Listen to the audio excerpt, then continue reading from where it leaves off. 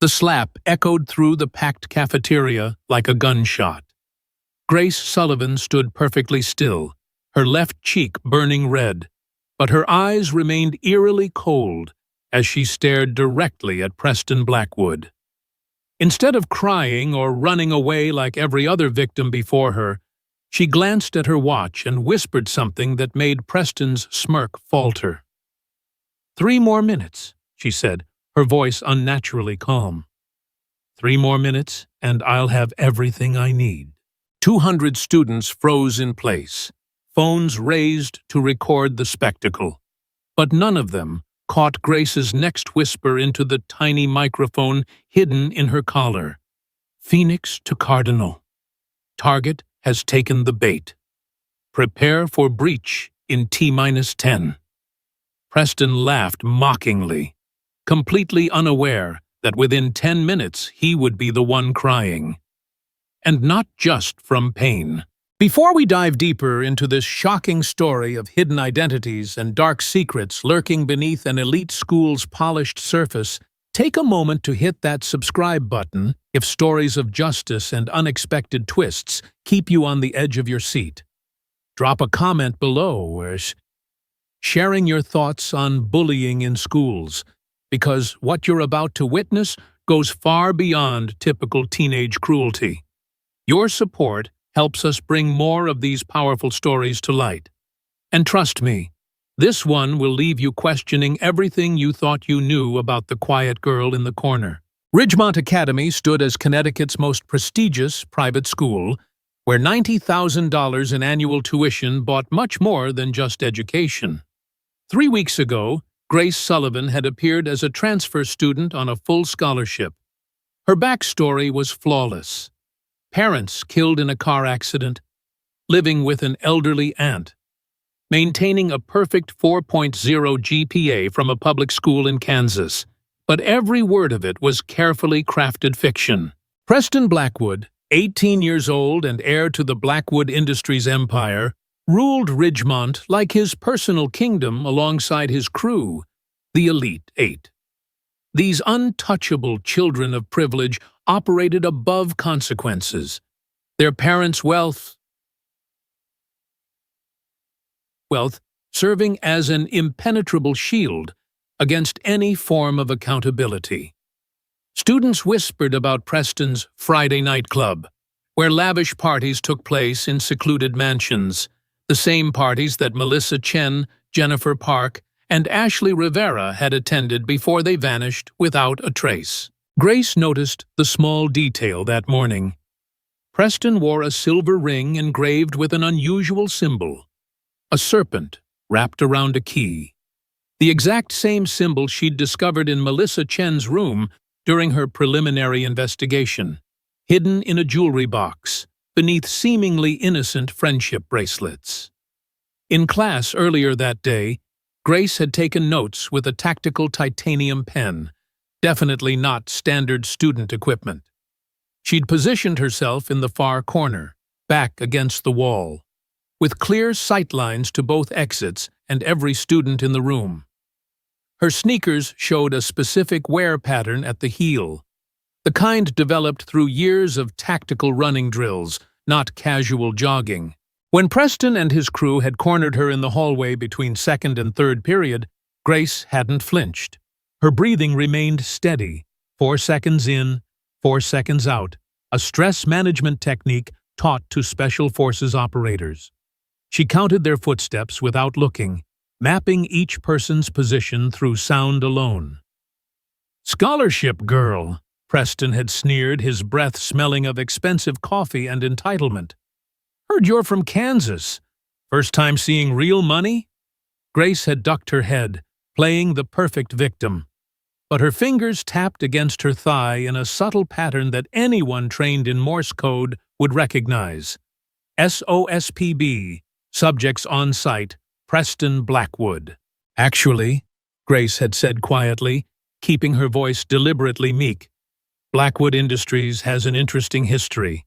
Company founded in 2003, but your tax records show a gap from 2019 to 2021. coincidentally matching when the first 3 girls disappeared from your previous school, right? Preston had frozen completely, his confident posture cracking for just a moment. This wasn't information any Kansas scholarship student should possess. "What did you just say?" His voice had turned ice-cold, all pretense of casual bullying evaporating. "Oh, I'm just working on my economics homework," Grace had backpedaled, clutching her books tighter. "I should go." But when she'd turned to leave, Preston had grabbed her wrist. In that brief moment of skin contact, she'd felt something telling. Calluses on his thumb and index finger, the specific kind that came from repeatedly using zip ties. The kind used to restrain people. Grace's phone had buzzed with a text from a blocked number. "Package confirmed. East Building Basement. Need extraction ASAP."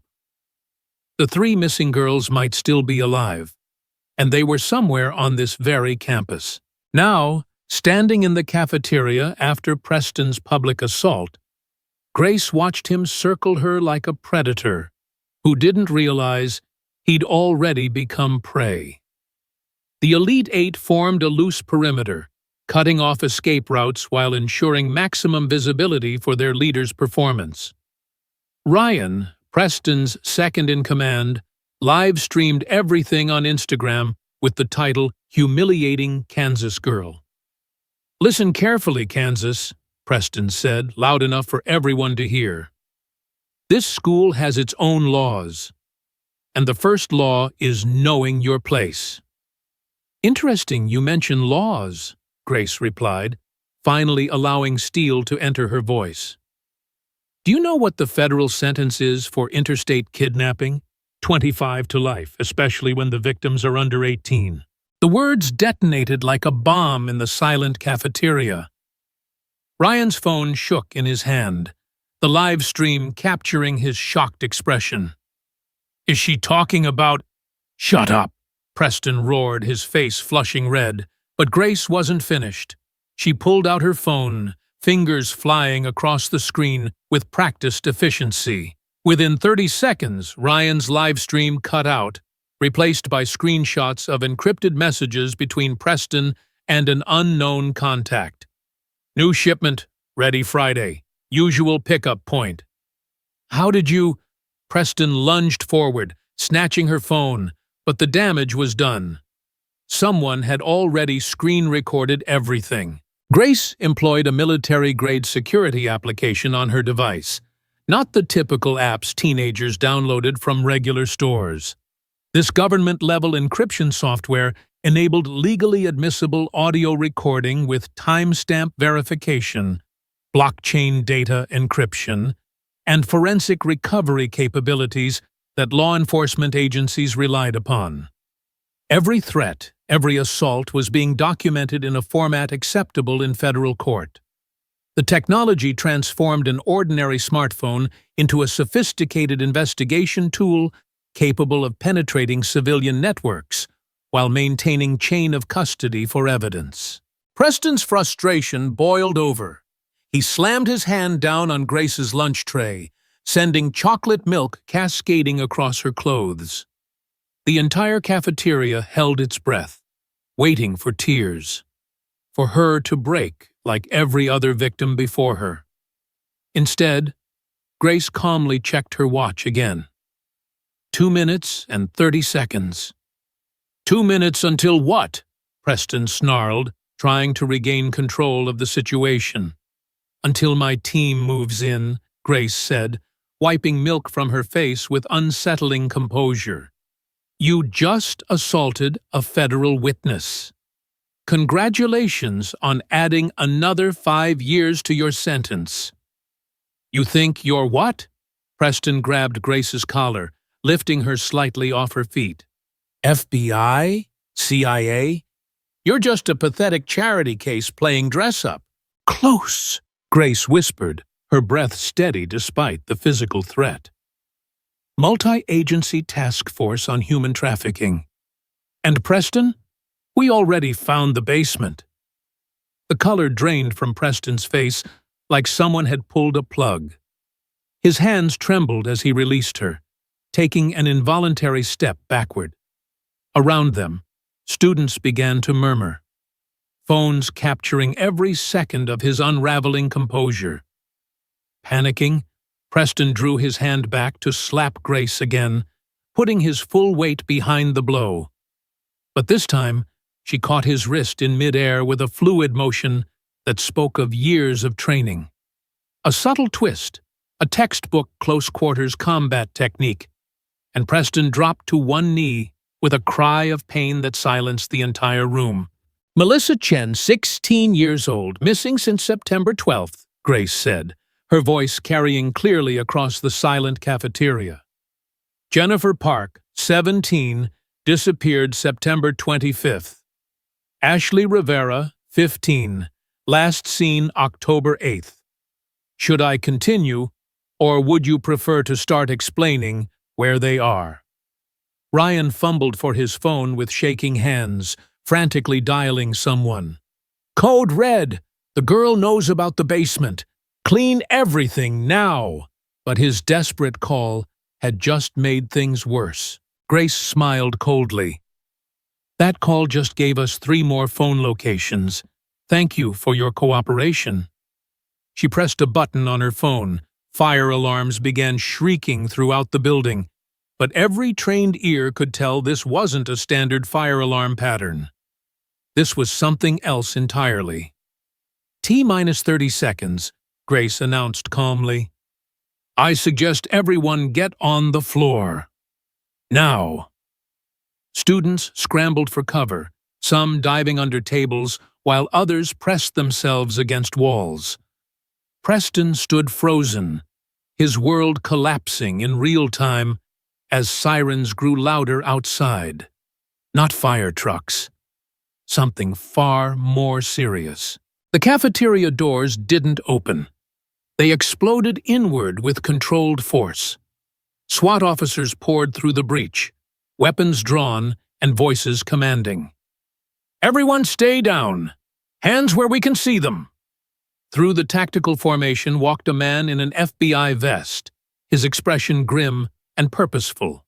Special Agent Director Mills surveyed the scene with practiced efficiency. "Agent Sullivan," he called out formally. "Report your status."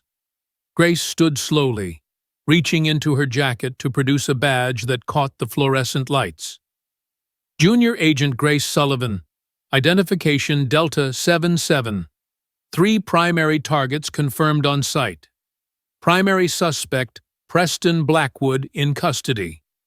Requesting immediate search of East Building basement." The revelation rippled through the crowd like an electric shock. The 17-year-old scholarship girl from Kansas was a federal agent. Their classmate, who'd sat quietly in the back of every class, who'd eaten alone every lunch period, who'd endured 3 weeks of escalating harassment without complaint, had been playing a role the entire time. "No! You don't understand!" Preston screamed as officers secured his wrists with zip ties, the same kind Grace had detected calluses from on his hands. "It wasn't all me. I'm just what?" Agent Mills stepped closer, his voice carrying the weight of authority that comes from decades of putting criminals behind bars. "The recruiter? The scout? Tell us who you work for, and maybe the prosecutor considers cooperation." Before Preston could answer, the sound of running feet echoed from the East Building, followed by urgent shouting over tactical radios. "We found them! 3 females, alive but requiring immediate medical. We need paramedics at the East basement now!" Grace turned to face Preston, whose bravado had completely evaporated, replaced by genuine terror. "Human trafficking carries a minimum of 15 years federal time. But you're 18, Preston. That means you'll be tried as an adult, unless you start talking about who really runs this operation." "My father," Preston blurted out, tears streaming down his face.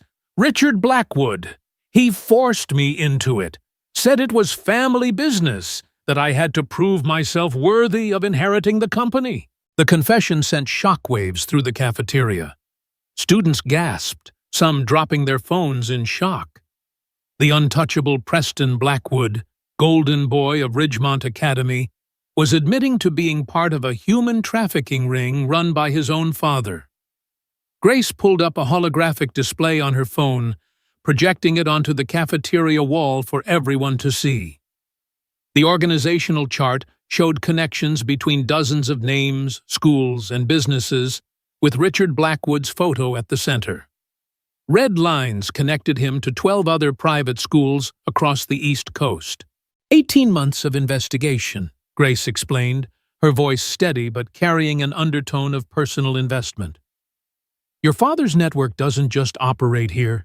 Those parties you throw, they're hunting grounds. You identify vulnerable girls, isolated ones, scholarship students without strong family connections.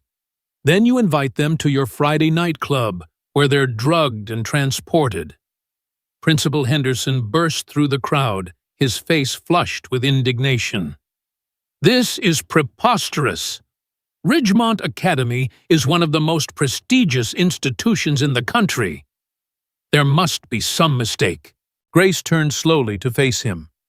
Principal Henderson, or should I call you by your real name, Kevin Matthews, the same Kevin Matthews who appears in our database as the East Coast coordinator for the Blackwood trafficking network. Henderson's face went from red to white in an instant. He spun on his heel, attempting to flee, but barely made it 3 steps before a SWAT officer brought him down with a precise tackle. The principal of Ridgemont Academy was dragged away in handcuffs, screaming about lawyers and lawsuits that would never materialize. The forensics team deployed their next-generation 3-dimensional crime scene scanner, a holographic technology that could recreate crime scenes in virtual space while simultaneously analyzing DNA traces and recovering deleted data from any electronic device within range. This cutting-edge equipment could detect the smallest biological traces and restore information thought permanently erased, connecting to global databases to identify victims and perpetrators across international borders. Within minutes, the basement's horrific purpose was being documented in excruciating detail, every surface catalogued, every piece of evidence preserved in digital perpetuity. Ryan, still holding his phone with trembling hands, suddenly shouted, "Container at the docks! Preston mentioned it last week. Container BWXU 793. There might be more victims." Grace immediately relayed the information through her earpiece. "All units, we have a possible second location. Shipping container BWXU 793 at Hartford Docks. Approach with extreme caution. Expect armed resistance." The sound of helicopters grew louder overhead. Not news choppers, but black military-style aircraft bearing federal insignia. Parents began arriving in their luxury vehicles, expecting to collect their children from what they assumed was a simple fire drill. Instead, they found their offspring being sorted into witnesses and suspects by federal agents. Through the chaos, a black Bentley pulled up to the main entrance. Richard Blackwood stepped out, his $1,000 suit impeccable, his expression one of barely controlled rage. He strode toward the scene with the confidence of a man who'd never faced a consequence he couldn't buy his way out of. "This is outrageous," he bellowed, pointing at Agent Mills. "You have no right to terrorize these children. I'll have your badge for this. Do you have any idea who I am?" Mills smiled grimly. "Richard Blackwood, CEO of Blackwood Industries, chairman of Ridgemont's board, and primary operator of an international human trafficking ring. You're under arrest for conspiracy to commit human trafficking, kidnapping, and about 30 other federal charges that will ensure you never see daylight again." "Dad!" Preston cried out from where he knelt in custody. "I told him everything. I'm sorry. I couldn't do it anymore." Richard Blackwood looked at his son with pure contempt. "You pathetic fool. You've destroyed everything our family built it over generations." "Your family built nothing but misery," Grace interjected, stepping forward. "I've personally documented over 200 victims connected to your network over the past 5 years. Young girls whose only crime was being vulnerable, being poor, being alone." The paramedics emerged from the East Building, wheeling 3 gurneys. Melissa Chen, Jennifer Park, and Ashley Rivera, alive but clearly traumatized, their parents rushing to their sides with tears of relief and anguish. The sight broke through whatever remained of the student body's shock, and many began crying. Grace approached Melissa's gurney, gently taking her hand. "You're safe now. They'll never hurt you or anyone else again." Melissa's eyes, hollow from weeks of captivity, focused on Grace with difficulty. "There are others," she whispered hoarsely. "The container at the docks. At least 20 more. They ship them out every month. International buyers. Please." Grace squeezed her hand reassuringly. "We're already heading there. Every single victim will be found. Every single perpetrator will pay. I promise you that." The entire Elite 8 was now in custody, each member's parents arriving to find their children being read their rights instead of being released. 17 staff members had been arrested, their involvement in the network varying from active participation to willful ignorance. Ridgemont Academy, the 100-year-old institution that had educated senators and CEOs, was being shut down pending a complete federal investigation. Grace's phone buzzed with an update from the dock team. "Container secured. 23 victims recovered alive. Medical en route." She closed her eyes briefly, allowing herself a moment of relief. 23 more families would get their children back. 23 more lives saved from unimaginable horror. Principal Henderson, from his position face down on the ground, suddenly started laughing maniacally. "You think you've won? You've only scratched the surface. Blackwood answers to someone else. The Hydra has 7 heads, and you've only cut off 1. Grace knelt beside him, her voice low and dangerous. "Then we'll cut off all 7, one by one, school by school, until every child is safe, and every predator is in a cage where they belong." She stood and walked over to where Agent Mills was coordinating the massive operation. "Sir, permission to speak freely?" "Granted, Sullivan. I want to tell them the truth, all of it." Mills studied her for a moment, then nodded. "It's your story to tell." Grace turned to face the crowd of students, parents, and media that had gathered.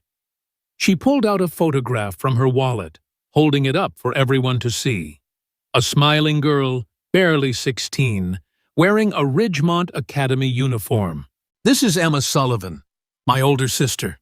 2 years ago, she attended a Friday night party at Preston Blackwood's house. She was drugged, kidnapped, and sold to international traffickers. She managed to escape after 3 months of torture, but the trauma was too much. She took her own life 6 months later, on what would have been her 18th birthday." The crowd fell completely silent. Even the officers paused in their duties to listen. "I was 14 when I lost her," Grace continued. "The FBI recruited me for this operation because I could pass for 17, because I had personal motivation, and because I'd already spent 3 years training in combat and investigation techniques, preparing for this moment. Every insult I endured, every moment I stayed silent while being harassed, was worth it to see these monsters brought to justice." Richard Blackwood was being dragged toward a federal transport vehicle when he suddenly broke free partially, shouting, "You'll regret this! The organization will come for you! You have no idea what you've started!" Grace walked directly up to him, close enough that only he and the nearby officers could hear her response. Emma left a journal. She documented everything: names, dates, locations, even account numbers. Your organization? We've been dismantling it piece by piece for 2 years. You're just the first domino to fall publicly. By tomorrow morning, operations in 7 states will be raided simultaneously. Your entire network is finished. As Richard Blackwood was finally secured in the transport, Grace felt her phone vibrate with a text from an unknown number. Impressive work, little wolf, but you only caught the tail. The head has 7 more. Watch your back. Hydra. A chill ran down her spine, but she didn't let it show. In her peripheral vision, she caught sight of a black sedan with tinted windows parked just outside the school perimeter. The door opened slightly, and a figure she couldn't quite make out gestured for her to approach. Students were being released to their parents under strict instructions not to discuss the ongoing investigation. The media was being corralled behind barriers, their cameras capturing the unprecedented scene of one of America's most elite schools being treated as a crime scene. Grace noticed several students from her classes watching her with a mixture of awe and fear. She wasn't the quiet scholarship girl anymore. She was something else entirely. Agent Mills approached her one final time. "Outstanding work, Sullivan. But you know this isn't over." "I know," Grace replied, her eyes still on the mysterious sedan. The 7 heads, each one probably running their own network. This could take years. Are you prepared for that? You're still young. You could walk away now, go into witness protection, have a normal life. Grace touched the photo of her sister one more time before putting it away. Normal ended the day Emma disappeared. I'll see this through to the end, no matter how long it takes. She walked toward the sedan, each step taking her further from the facade of teenage life and deeper into a war most people never knew existed. As she reached for the door handle, she turned back one last time to look at Ridgemont Academy. The prestigious institution where America's future leaders were groomed had been hiding monsters in plain sight. But today, the monsters had learned that even they weren't untouchable. The figure in the sedan spoke with a digitally altered voice. "Agent Sullivan, 7 schools remain. 7 networks still operating. Your next assignment is ready. Are you prepared?" Grace slid into the vehicle without hesitation. As the sedan pulled away from Ridgemont Academy, she thought about the 3 girls they'd saved today, the 23 at the docks, and the countless others still trapped in similar nightmares. Preston Blackwood was in custody, crying like the child he really was. His father would spend the rest of his life in federal prison. The Elite 8 would face justice. But somewhere out there, 6 more heads of the Hydra were still operating, still hunting, still destroying lives. The sedan disappeared into the Connecticut afternoon, carrying Grace Sullivan toward her next mission.